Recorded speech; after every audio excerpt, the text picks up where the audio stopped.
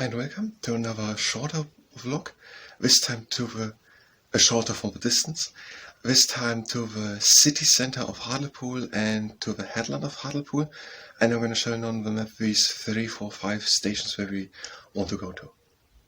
So we want to go to the area of the port of Hartlepool that all is not accessible. So we're going to go here to the headland, there to the tennis courts, and we're going to go into the centre to the Borough Council, which is somewhere there, and we tried also there on the Headland Council to ask for litter bins, and we look here for the new swimming area, which was somewhere there. They have shifted, it's hard to find, but we're going to search for it. And to a few other areas, there's the Calisthenics Park, so to that area to multiple stations, and to that area at multiple stations. Charles Darwin. He was from Britain, born 1809, and he studied theology and medicine. And from 1831 to 1836, he went for 5 years on board of the Eagle out to South America and to the Pacific. And he was collecting specimens and observing the nature. And he started to think about his idea of evolution. In 1858, together with Alfred R. Wallace, he presented to the Linnean Society in London his ideas. In 1859, he made a book on the origin of life by means of natural selection or the preservation of favored races in the struggle for life. Apart from that, he also made works about barnacles, and he had a theory about the growing of atolls or coral reefs. He said that the sea floor was sinking, while simultaneously the coral reefs were growing outwards, creating an atoll. Now, when the theory of evolution, that is saying it was based on his ideas, on his observations on fossils and on observing of finches, a type of bird living on the Galapagos Islands, on different islands, very similar birds, but a little bit different. And he had the idea that one parent has then a bird, a child bird, which has maybe a little longer wings or a little different legs or something differently, a little different beak.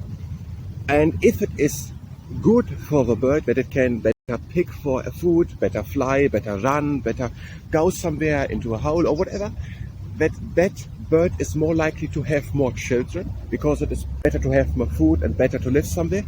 And that this mutations which this bird then has will be passed on to the next bird. So here the idea that there can be accidentally, just by happening, a bird with a little longer wings, which can fly better, can get better away from predator, other animals, and will have more children as another bird with the previous length of wings. And with over time, over thousands of generations, this longer wings will stay, and more birds will there be with longer wings. And that way, over thousands or millions of years, there will come a species with longer wings, and maybe a totally different bird, is his theory. This theory contradicts with what is told in the Bible, the fundamental book of the Christian faith, where it's told that the Christian God has created humans and the animals in the form which they are currently existing in. And that is contradicting Darwin's theory about how evolution happens. There's a bird, and millions of years later there's a different type of bird, and the story told in the Bible. According to Exploring the Ocean by Trevor Day on the page 37, the positions and views expressed are the ones of the source and don't necessarily align with my own or with the ones of the entities spoken of. The Laugh That Goes A-Begging by Sara Teasdale. Oh, laughs there are that enter in, and laughs there are that wait, and laughs that sit a-weeping, whose joy will come too late. For some there be that ope their doors, and some there be that close, and laugh must go a-begging, but whither no one knows. His feet are on the thorny ways, and on the dew-cold grass. No ears have ever heard him sing, no eyes have seen him pass. And yet He wanders through the world and makes the meadows sweet, for all his tears and weariness have flowered beneath his feet. The little purple violet has marked his wanderings, and in the wind among the trees you hear the song he sings. He has also written St. Hilda Church Visitor Centre.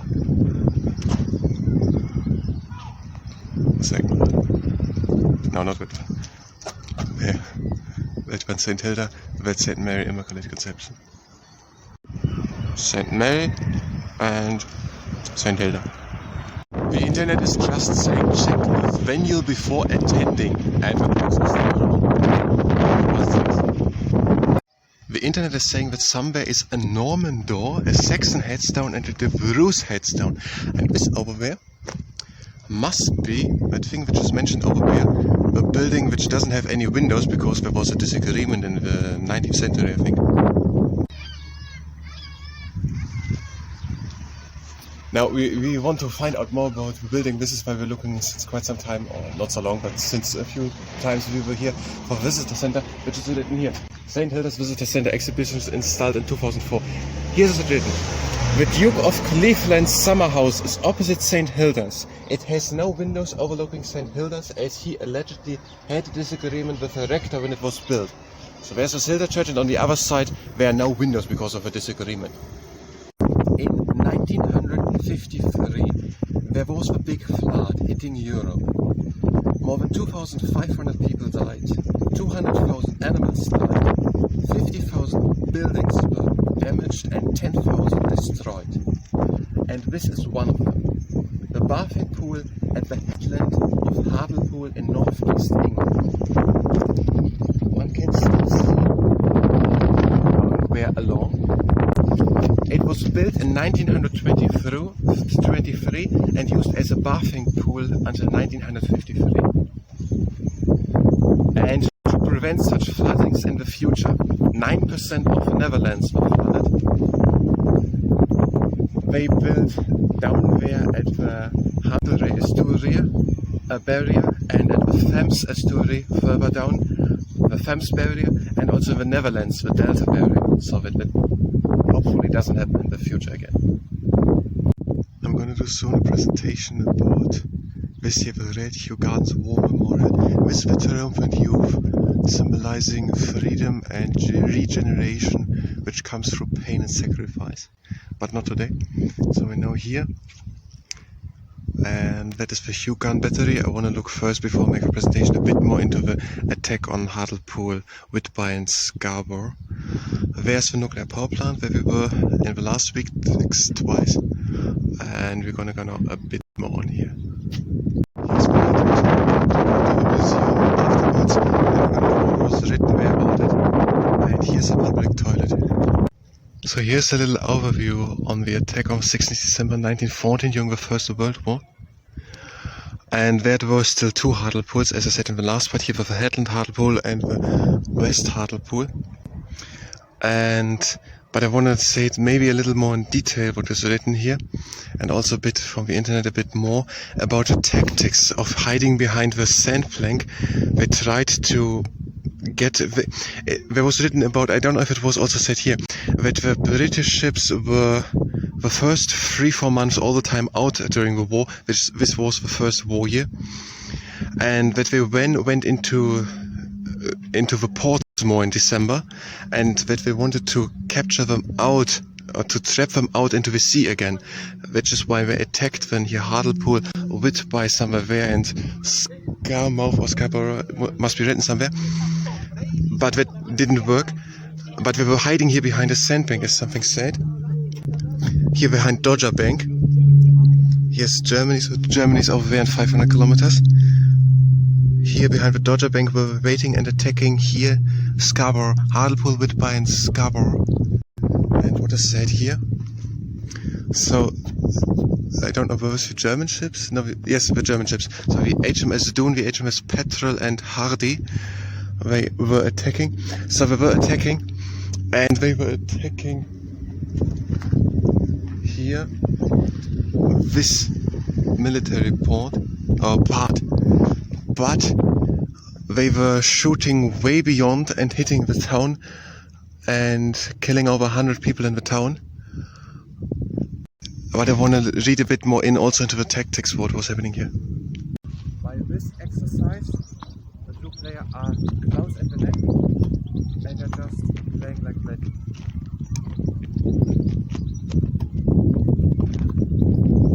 And it seems to be one of the best warm-up exercises for the wrists and overall.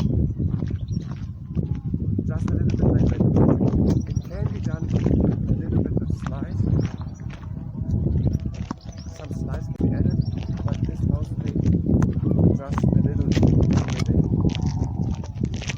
So just standing close at the net and then just bring it over for 2-3 minutes as a warm-up exercise. Three things. The first thing is, here is tennis courts where we just play tennis. They are free without registration, all the time open. The second thing is, the St. Hilda Church that was written on the internet, it is the place where in the 6th century St. Hilda had an abbot, and that would be the very earliest time of the beginning of Christianity in Britain. And the third thing is, I said the ships where the HMS Doon, it would be His Majesty ship or Her Majesty ship, so that would be the British one of the German ones. We're going to do that later. I think we're going to go there past that way back and we're going to do again. And there's quite some litter lying there in the basketball field. We're going to go around in and outside the tennis court. On the tennis courts and the playground at Townmoor, we made one half full.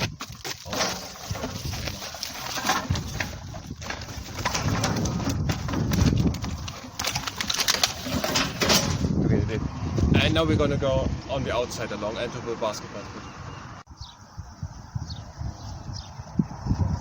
I don't know, should we try together? So we made 2 more half full just behind the hedge. There's no way through, so we weren't even on the basketball field. And we just, there's quite something there.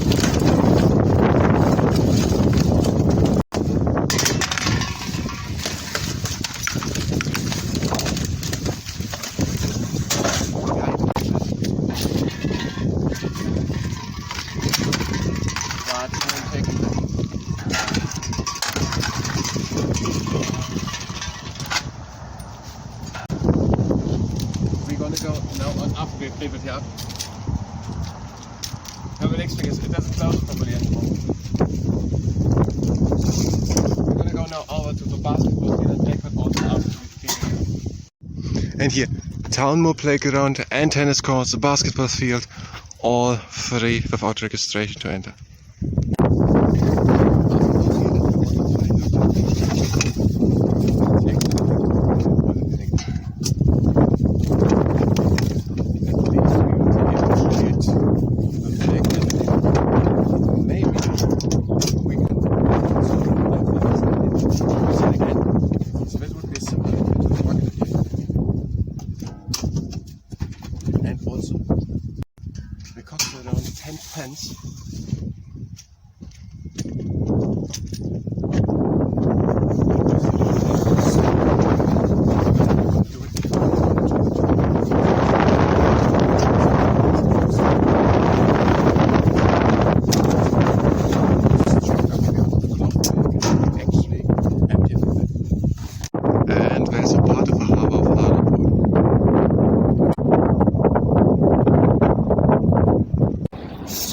By Sara Teasdale. Like some rare queen of old romance, who loved the gleam of helm and lance, is she. A harper of King Arthur's days should praise her in 100 lays.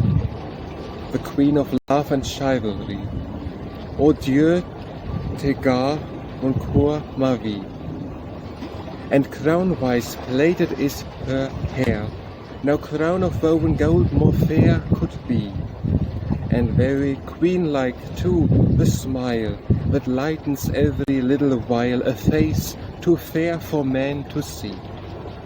O Dieu te gare, mon coeur, ma vie. She is not overkind, I know, the queens were gracious long ago, me, Queen Guinevere would give a kiss of times to Lancelot. I wish I would that I were loved as he. Adieu, Tegar, mon peur, ma vie. Robert Dietz, born 1940. In his earlier years, he was already mapping the seafloor, the canyons where the ridges, and what sediments they are out of. In the 40s and 50s, he worked for the US Navy and the Scripps Institute of Technology. He was one of the first person to use firsthand the egg balloon to explore the seabed, so to breathing out of a backpack with air. And then he was a key role in convincing the US Navy to help in doing the Bath escape, deep diving down to the Mariana Trench with Trieste in 1960. He made them together with Jacques Picard a book over it, 1960, published 7 Miles Down. And also in the same year in Nature, he published his theory to seawall spreading or coming up, how it is rising and going up at the ridges in the ocean. Harry Hess had come independently to a similar theory, and that was a major contribution to the theories about plate tectonics, how the continents are moving and drifting on the Earth. And he had also recognized that asteroids impacting the Earth had also a big impact on the evolution on the Earth. And there's a mountain underneath the Earth named after him, a mountain in Antarctica named after him, and an asteroid named after him. According to Exploring the Ocean by Trevor Day on the page 37. The positions and views expressed are the ones of the source and don't necessarily align with my own or with the ones of the entity spoken of. Wishes by Sara Teasdale. I wish for such a lot of things that never will come true, and yet I want them all so much, I think they might, don't you? I want a little kitty cat, that's soft and tame and sweet, and every day I watch and hope I find one in the street. But Nursey says, come, walk along, don't stand and stare like that. I'm only looking hard and hard to try to find my cat. And then I want a blue balloon that tries to fly away. I thought if I wished hard enough that I would come someday. One time when I was in the park, I knew that it would be beside the big old clock at home, awaiting there for me. And soon as we got home again, I hurried through the hall and looked beside the big old clock. It wasn't there at all. I think I'll never wish again. But then, what shall I do? The wishes are a lot of fun, although they don't come true. Sylvia Earle, born 1935. In 1970, she lived for 14 days in an underwater chamber with 4 other people to study the habitat of the seafloor at the Virgin Islands. She pioneered in using the scuba, the self-contained breathing apparatus, a backpack with air, to do biological research of the ocean.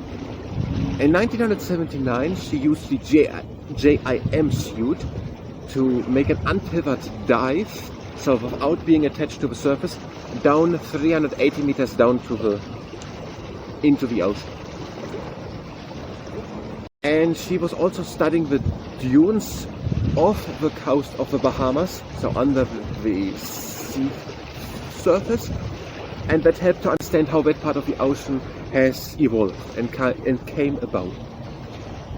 And in the 80s, she helped to design a low-cost submersible which can go down 910 meters, and in the 90s, she helped to make another submersible which can go down 11,000 meters. She made a book, Sea Change, A Message of the Oceans, and a 5-year project, Sea Expeditions. And that is the photographs about the geology of waters of USA. according to Exploring the Ocean by Trevor Day on the pages 37 and 38. The positions and views expressed are the ones of the source and don't necessarily align with my own or with the ones of the entity spoken of. Dusk in Autumn by Sara Teasdale. The moon is like a scimitar, a little silver scimitar, drifting down the sky. And near beside it is a star, a timid twinkling golden star that watches like an eye. And through the nursery window pane, the witches have a fire again, just like the ones we make. And now I know they're having tea. I wish they'd give a cup to me, with witches' currant cake. We're going to try it in a moment again at the Headland Borough Council, but now here at the town square there's the second public toilet at the Headland. I think the next time we're going to be at the Headland, we want to do a presentation about the Elephant Rock. Here on that they made it like a bed around the 7th century, still as a rock. So 1640, a nun named Hydo established the monastery. And here later, in the medieval times, they have more eroded. And here the town charter, that is also the beginning charter from King John 1201, developed by the Bruce family. And in here they have it further eroded around 1800. And here we say the Elephant Rock was a natural rock formation resembling an elephant carved by the action of the waters of the waves.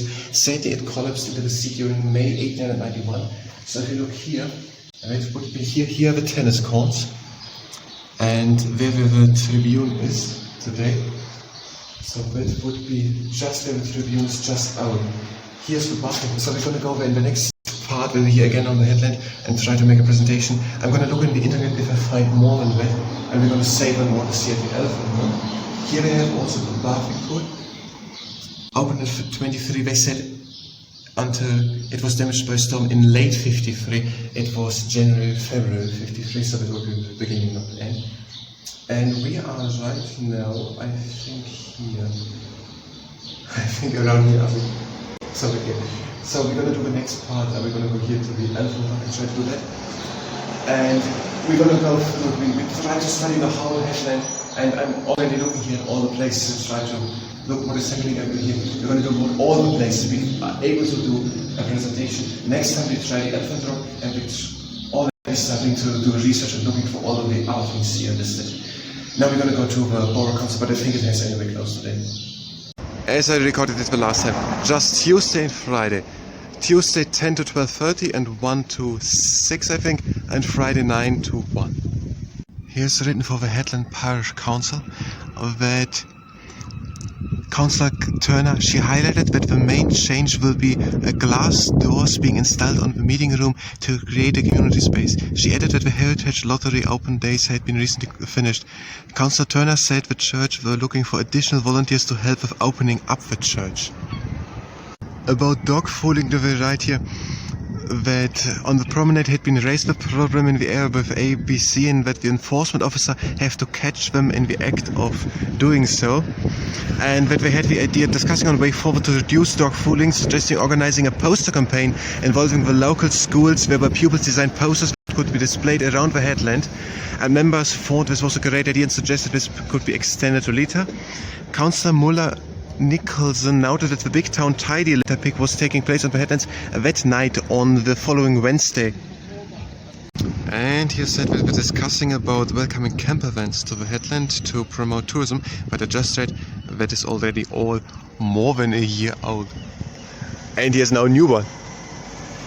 2 days ago we walked to Lambton Castle, which is around here on the map, and I was always wondering why the Hart to Haswell walkway is so strangely here by Southampton, going then only here on up to Ryhope.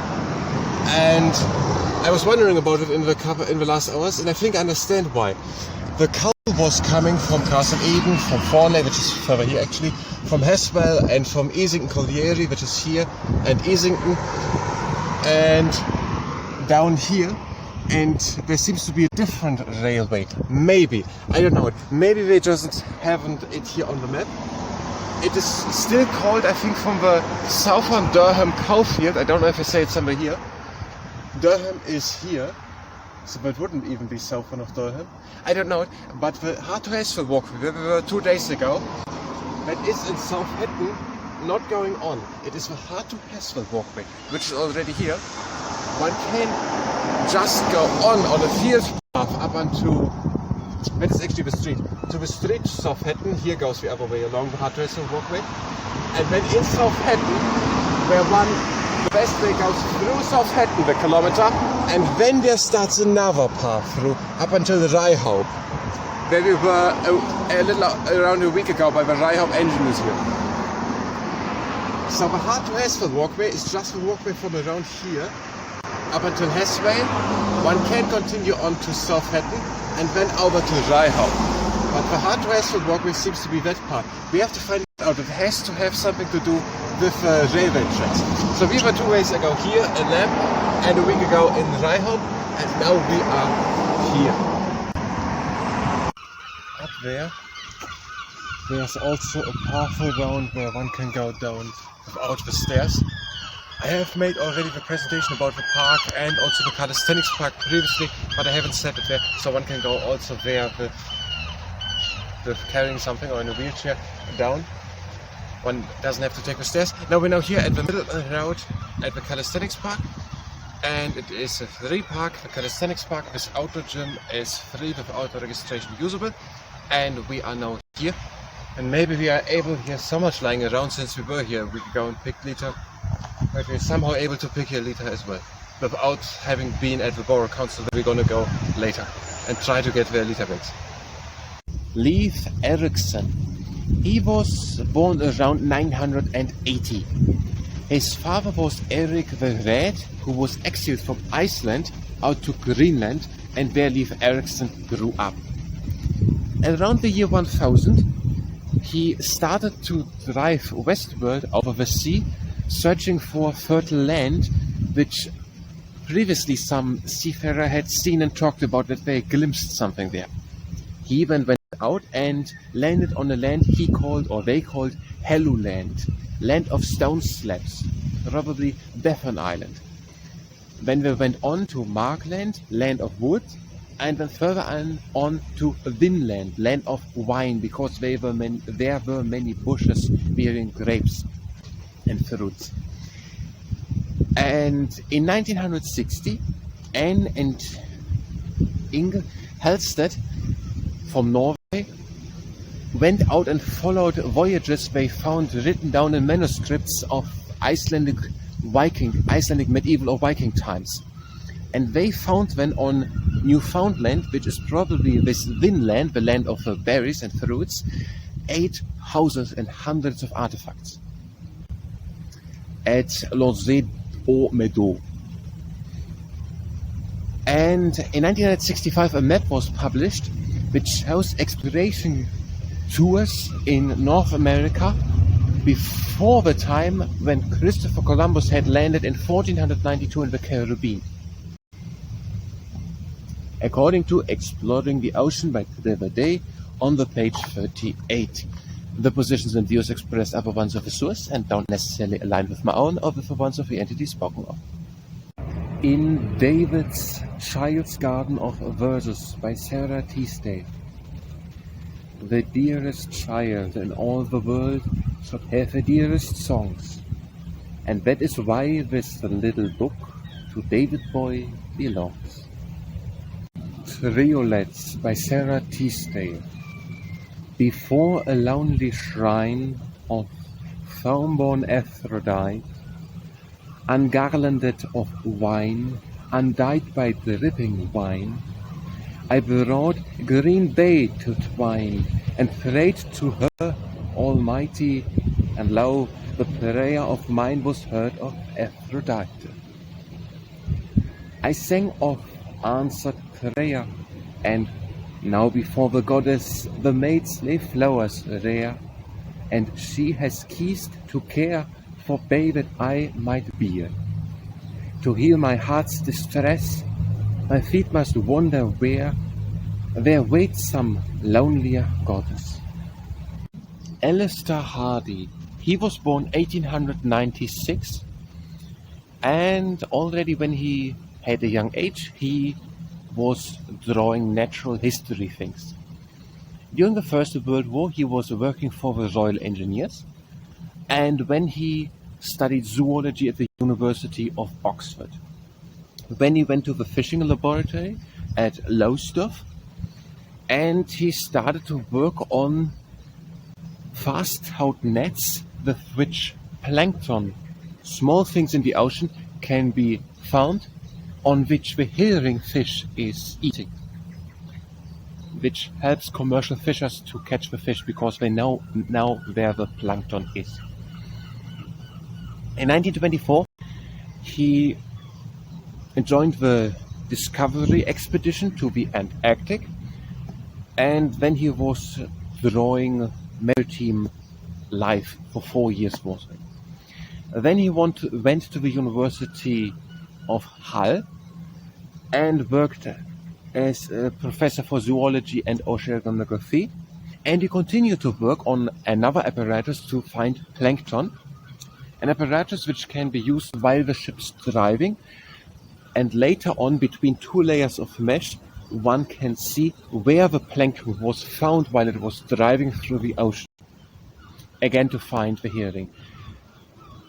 And this data is recorded since the 1930s and is helping people to fish, and also gives ideas about long-term trends where the plankton and where the fish are living in the ocean. In 1957, he published the 2-volume book, The Open Sea, and he became a knight for his achievements around studying the ocean.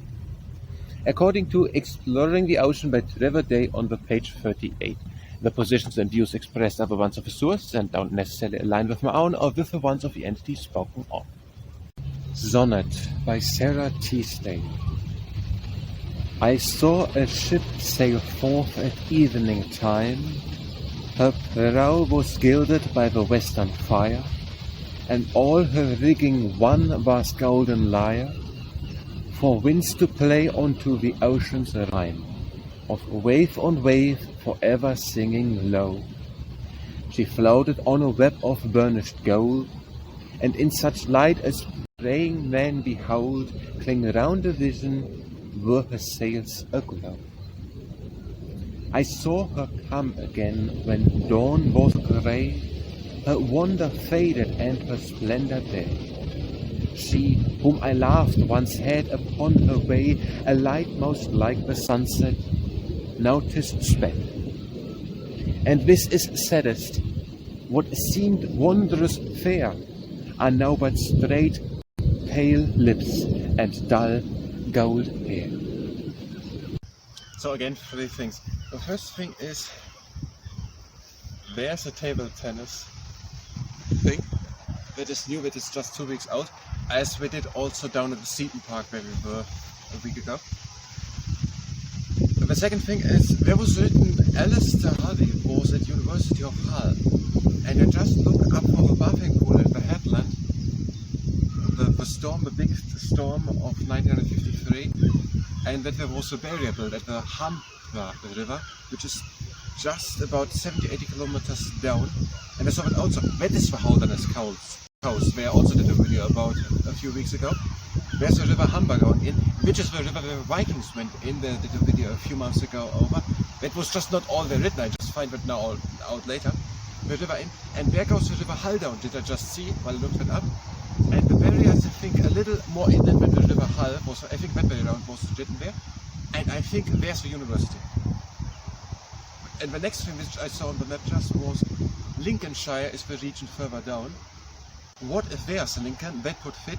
I did a week ago a presentation about Henry III, who was 9 years old, a child, when he became the new King of England. His father was King John, who had to sign the Magna Carta for the barons, who had invited England the Dauphin of France following Louis VIII, invaded England and captured the Tower of London.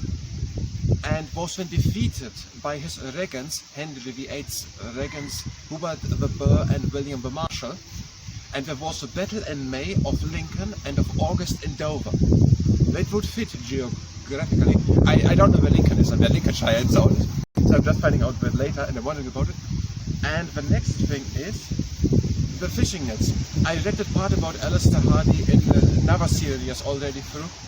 And there I was wondering about how that was measuring where the net between the measures can say where it was. And I have an idea of how. The net is going through it. Like there are some things where the paper's going through, like telegraphing things, they're going through it, making them the dots in and the lines. I did the Morse code recently, a week ago, the Morse alphabet. And now I think the mesh is going through it, and whenever the plankton is coming in, it is catched here, and it is then marked, that was catched by mile 3 to 5. And if I look now at the big band, they can see they found here a plankton, and here a plankton, and here a plankton. So they found it after 2 miles, after 4 miles, and after 6 miles plankton. Maybe it works out, but I have no idea. That is that. And the next thing is the thing with the bags. I don't have more bags with me. That is the problem. We needed 4 at the tennis courts and basketball fields at Townmoor, at the Headland, and I don't have more with. This is the ones for the tennis balls. Now I have them in my bag, and my backpack has a hole. I tried to fix it. I sewed it already, and I tried in a 12-part series for another series to make a backpack. I did it out of an old jeans. The problem with that is that it is just way too heavy.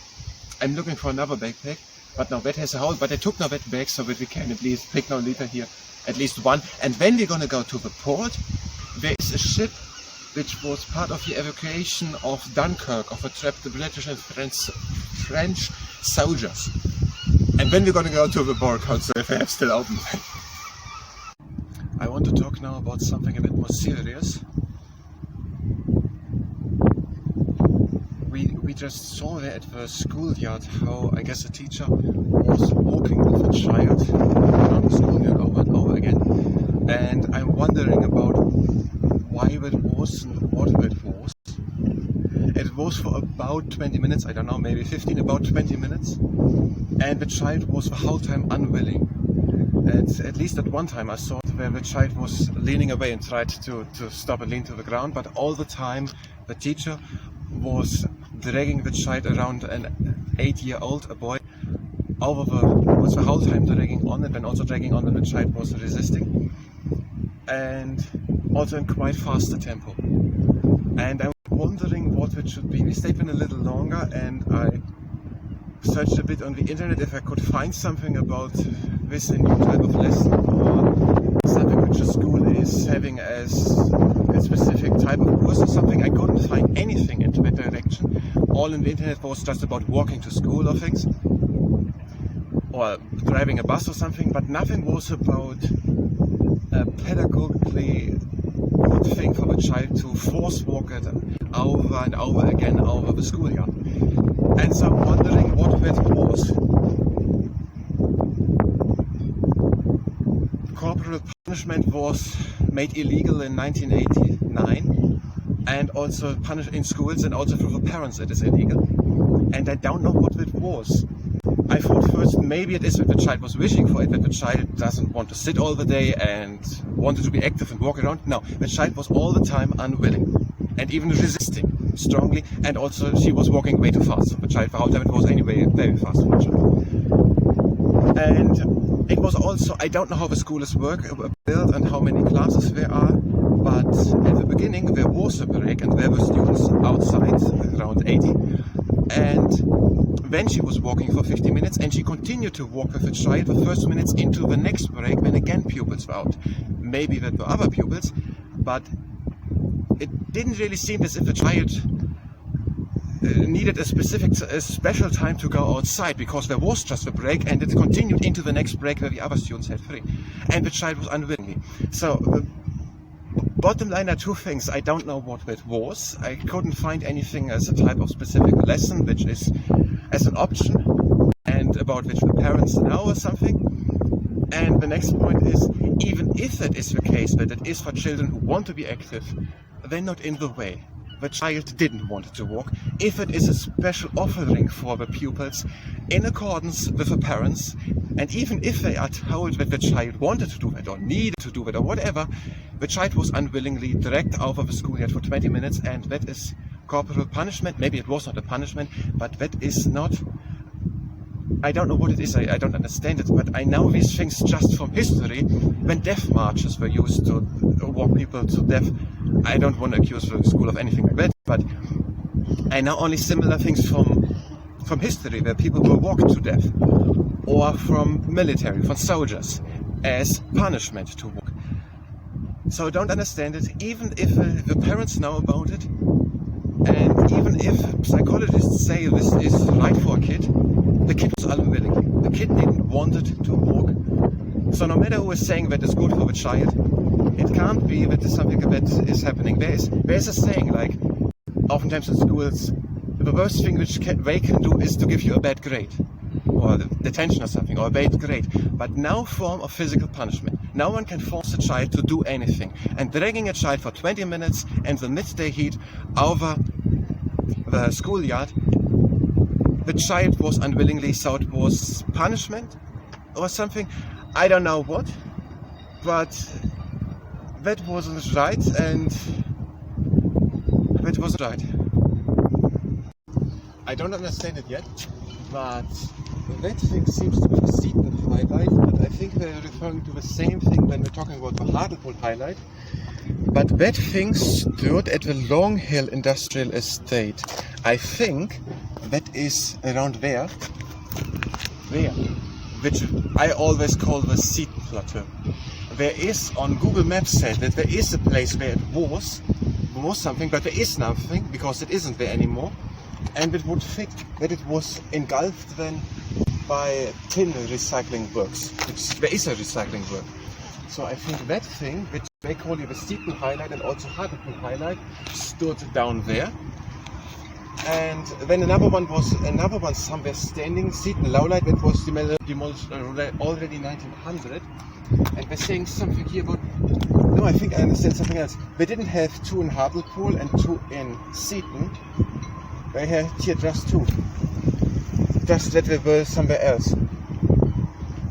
Maybe just these two.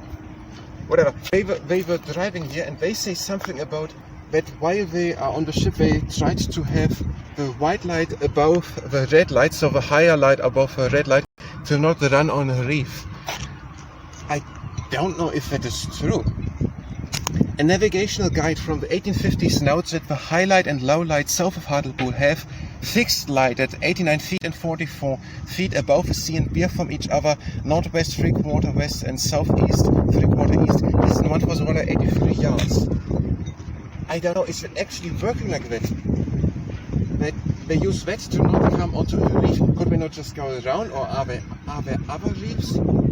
I don't understand. It seems not to be exactly enough. Yes, it is exactly enough, because if it would be a little further left, then they wouldn't be over each other, they would be to the side. That makes sense. But why is one higher than the other one, so that we can see them side by side? At least that would work. If I have both like that, one here and the other one, let's just say it's over there with that tower, and we have to be in that line directly there with the ship. But what if we're driving, that would mean that we have to drive straight ahead, which this line here is indicating. Maybe that is true. To go around the Dietz and Studier and exactly to Hartlepool. Actually on that line. So maybe that makes sense. So that one was demolished in 1900, which was somewhere in Seaton. And that one was not here, but also further north than the Seaton one was, around where? I don't know what that is. That is the Christ Church, that was built also later. There's the museum with the Royal Navy ship. We try to go there to the Hartlepool Museum. The Hartlepool Museum is free entry. I don't know what that is. And it must have been down there. So I think down there was first that building before it was in 1995. And then further down in Seaton Carrow was the second one. And to drive up here to Hartlepool, I get it. You have to have these next to each other. And it's not about having them above each other, it's having them in one line. Because they have to come from that line. If they would be too close to the coast, then the red light wouldn't be aligned with the white light, and then they would know they are too much here. So it's not about having them above each other, it's about having them right away. and that we could come here, and that is here, and there's also written in memory of all those lost their lives at sea, and there are the 9 flags on the ground, each with around 50 names on them around it, of the people who died. I didn't mention it in the morning about the presentation of the pool. I read also the MV Princess Victoria, they went down during the storm. 120 people died there. I didn't mention it there. Now we are here, and some of these ships, I don't know which one, was part of the evacuation of trapped soldiers in Dunkirk. We try to find it now. Here are 8 with around 70 names on each, so around 500. It are 11, so about 700. Here the car park 15 minutes after 3, and after 1 hour a person can rejoin, and otherwise around £1 an hour, I think is it. I'm pretty sure that it was here. And there was also a sign saying something about it, but that is also not here. We're gonna look a bit around in the harbour, but it seems to be not here. At least not here. I am also quite interested in laws, and here's a bit written, so let's read it. Schedule 7 of the Terrorism Act 2000 provides that an examined officer may question a person who is entering or leaving Great Britain for the purpose of determining whether that person is or has been concerned in the commission, preparation or instigation of acts of terrorism. Any person who is questioned under this power must give the examining officer any information in his possession which the officer requests. Give the officer on request either a valid passport, which includes a photograph, or another document which establishes his identity. Disclose whether he has with him any documents of a kind specified by the examining officer. Give the examining officer on request any document which he has with him which is specified by the officer. A person commits an offence if he willfully fails to comply with the duty imposed under or by virtue of his schedule, willfully contravenes a prohibition imposed under or by virtue of his schedule, or willfully obstructs or seeks to frustrate or search or examination under or by virtue of his schedule. So we can't find the ship, and also not the place where it was written about the ship, but it is good possible that it is that ship there. Where the back part is the yellow thing and the front part of the ship, the black part. And so I can't say what is written on the thing, and we wanted to look if one can visit it. It was possible, and if it costs money to entry it. But I once did a presentation about the evacuation of Dunkirk, what has happened there. There was the Second World War. Nazi Germany had attacked France and fastly was marching through France, and when British soldiers who had come over to France to help defend France against Germany, and the French soldiers were trapped at the Normandy, at Dunkirk, and when they were trapped there, the German army halted. I actually don't know why, or if the reason is known today, and they were trapped there for some time, and then from Britain out, military boats and pleasure boats went out to rescue the 300,000 people there over to Britain before imprisonment or battle, to rescue them.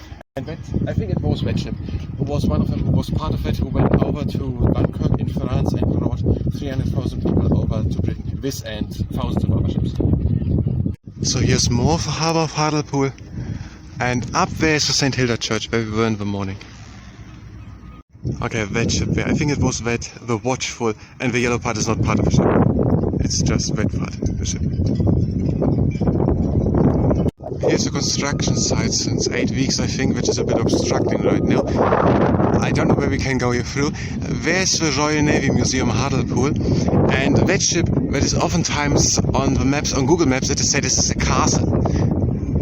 Maybe it is a castle in a way, but I think the people seeing it on Google Maps think it is a castle. That is the castle on Google Maps, it's a ship. Behind it is the Royal Navy Museum. On the right side is the big Royal Navy Museum with that big ship there, the sailing ship. On the left side is the smaller, but also with a few hundred artifacts, Hartlepool Museum. And the Hartlepool Museum is free entry, the Royal Navy £14 or so for adults and 8, or I don't know, for children. So 14 adults, and that other one is free. And there's the St. Oswald Church, pretty much there was the Calisthenics Park. There's that tower, and behind is the Headland. And we try to find a new swimming pool, which is here somewhere. We're gonna look firstly how we can go here through, otherwise we have to go, I think, completely back. So the name of the ship is Wingfield Castle, but it is a ship, so we can't go here through. would have been helpful if I would have said it's somewhere over there. We tried over there to come over, but it could be that is the new swimming pool in Hartlepool. So we're gonna go now here back.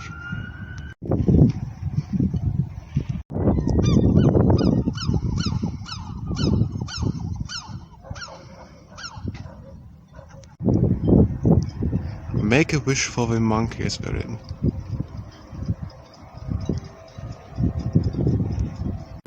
I was just thinking about that with sailing with the tours, and I was thinking, how did we know that we have to have a line? As you can see from here, they are not a line. One would know pretty exactly what would have to be to the ship. Here, where the 2 towers are lying. If one is already here, the 2 towers are no more lying. So it is on 3, 4, 5 meters exactly where one has to be with the 2 towers. So how did we know it? I was thinking about it, but I had an idea. And also the other thing that was mentioned in the book, I don't know by whom it was, with mapping the seafloor and bridges, which was just written here, but I have an idea.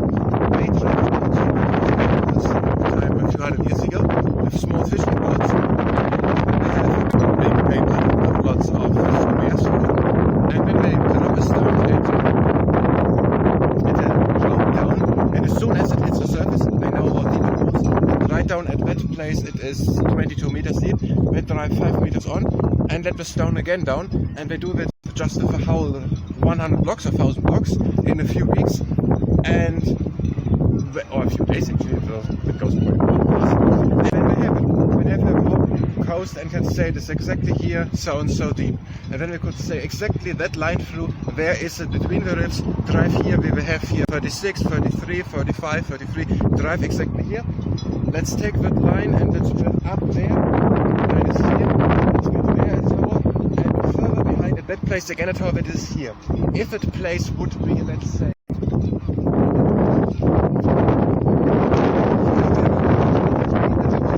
let's build the second tower not there, but let's build it 20 meters further than.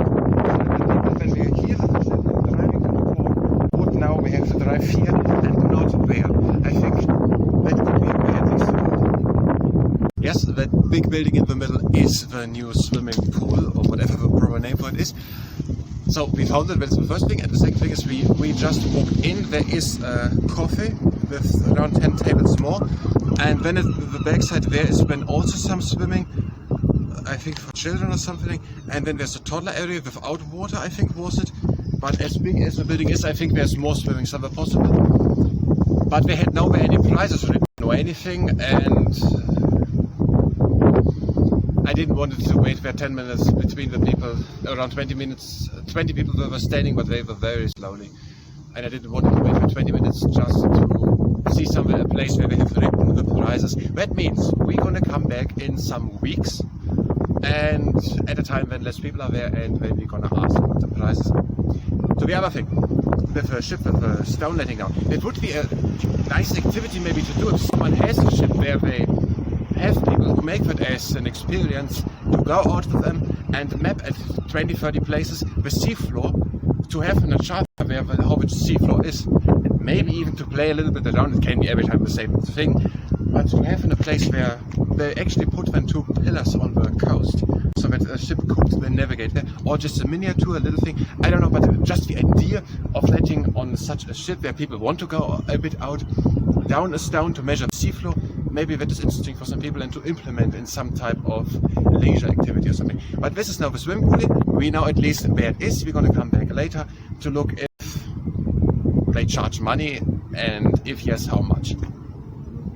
At that building there is written gym group, so that is a gym, and that thing, this big thing, is the swimming pool. There is the Winchester Castle, and that is the HMS Tricolore, part of the Royal Navy Museum.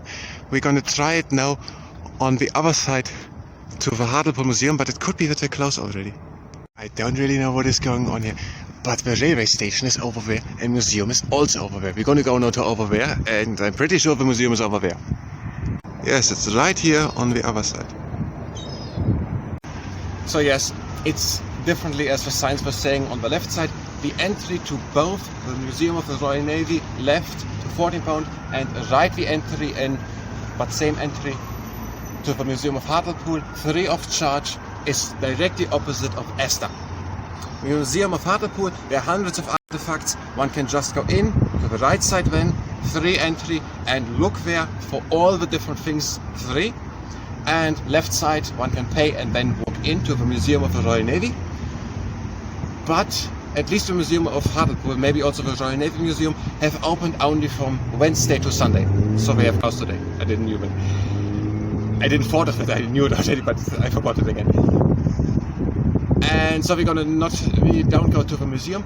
I don't know where we will continue now. Maybe a little bit more, but it's also going late. I'm going to check now actually first the opening times of the Borough Council before we go there. It's getting later in the afternoon. It could be that they're closing already. So here's the National Museum of the Royal Navy and the Weather Museum of Hartlepool. So here the train station of Hartlepool. And on the other side the Christchurch. And behind it over there is the Borough Council. So they have here publicly out who has won the last vote in May. So here's written Rural Westward, Reform UK, 1000 Richard Ian Hodges. Again, Reform UK 1000 Peter Story in Seaton Ward, Forston Ward, 1000 Reform UK, Amanda Elizabeth Nepper. And here Reform UK 800 Adam Gaines, and here where maybe Simon Paul, now it's Alec Parish. So we have it here, the last voting publicly displayed. For completeness and also to have all the boroughs. So Headland and Harbour, Reform UK Scott Gaiety, Manor, Houseward, 1000 Ronald Bugles, Reform UK 1000 Christine Willey and Rossmere Ward. And here Hart Ward, 1000 Reform UK Brian Cowie, Foggy First Ward, Reform UK Robert Stevenson, and Reform UK 1000 David Bruce, Fencing Graham Ward, Foggy First. And here, Burn Valley Ward, Reform UK Graham Lloyd Harrison, Reform UK 1000 Nicholas Anderson, De Bruce Ward. So we have all here actually publicly out. So they say here that one who wants to do a petition needs 3,596 votes, which are 5% of a local elector register, to have an effective petition. Okay, we went in the Hartlepool Borough Council. It's directly opposite the Cenotaph in the center of Hartlepool, next to the Middleton Grand Shopping Centre. So there is then the big Cenotaph, and then directly opposite is the Hartlepool Borough Council. They opened until 5 in the afternoon. I don't know the opening times. So one can go there in. We went in and we asked, and at the reception both were very friendly, both women were very friendly, and also there's also security too. Security people were also very friendly. And we said we wanted to voluntarily litter picking, and that we asked a worker, as we did in the last vlog, where we could get the bags, and that we were told that we should go here, and we did it now, and asked for the bags, and she gave us these bags without to ask for anything more. And she said something about we should make them full and then place them, and then say on the website hartlepool.government, the Borough Council voluntarily litter picking, where they are, that they can be picked up. We're going to do that later, what is going on there. I'm going to enter the internet and look what is going on there. I'm going to look what that is. We took it in the Christchurch, what is going on there. But here's the Borough Council we were in. We got now 20, 30, 40 bags. We're going to look on, we're going to go now on, and then we're going to look further on. So we're back. So what happened? We went into the Borough Council, we got back these 40 bags, and then we went further back, we went also shopping, and one of our items was not reduced, so we asked one later, and we got actually the full price bag. So the full price which it would have been without the reduction, and we could keep the item. And now what it was when in Christchurch, we were also in the Christchurch, and we took these two things. The one is about what events are happening in the George, I don't know which way around it this is now, in the George Church, which is also in the center of Hartlepool. There are two churches next to each other, and there's some country singing, and two other concerts, and another concert, and another concert. They all seem to cost money to go there. And then this, what is happening at the Hugh Gun Battery, where the museum is at the Headlands. There are a few things happening. Most of them also cost a bit money. And when we were one of the last times in the Christchurch, where the art gallery is, and I thought it is at the beginning of July, so it's for 3 months. It's resilience right now. It's about resilience against struggle, which some people feel to be opposed to the life. So it's not really for family right now. Some of these images are a bit drastic. And so they have it for until mid-July still. The vlog what I recorded will be published probably later. And I saw that when we were there, that there is a piano standing, as it is also in the Shipley Art Gallery, where we were in Gateshead, south of Newcastle, where we were 2 months ago. And I was thinking there already that it might be possible to give her in the future piano concerts. So I asked there, but she wasn't there to answer the question. But no matter how strange or coincidentally the coincidence was, there seemed to have been another person asking the same question. I think my question was strange and odd, and I think he was asking the same question. I don't know, maybe he had a Scottish accent, maybe a Switzerland accent. I don't know, but it seems as if he had the same question. If he would have been able, if he would be able to give there a piano concert. I don't know if it's true, if it's the case. Now, we are now back, and the thing with the liter pins, in the next vlog, when we are about to pick, we're going to go, and before we do it, into the internet and look where we can register it after we have picked, in case that we're going to pick then the litter picking with these bags, if we know what is going on then on the website, but not now. Now, we are now back. I thank you very much for watching, and until next time.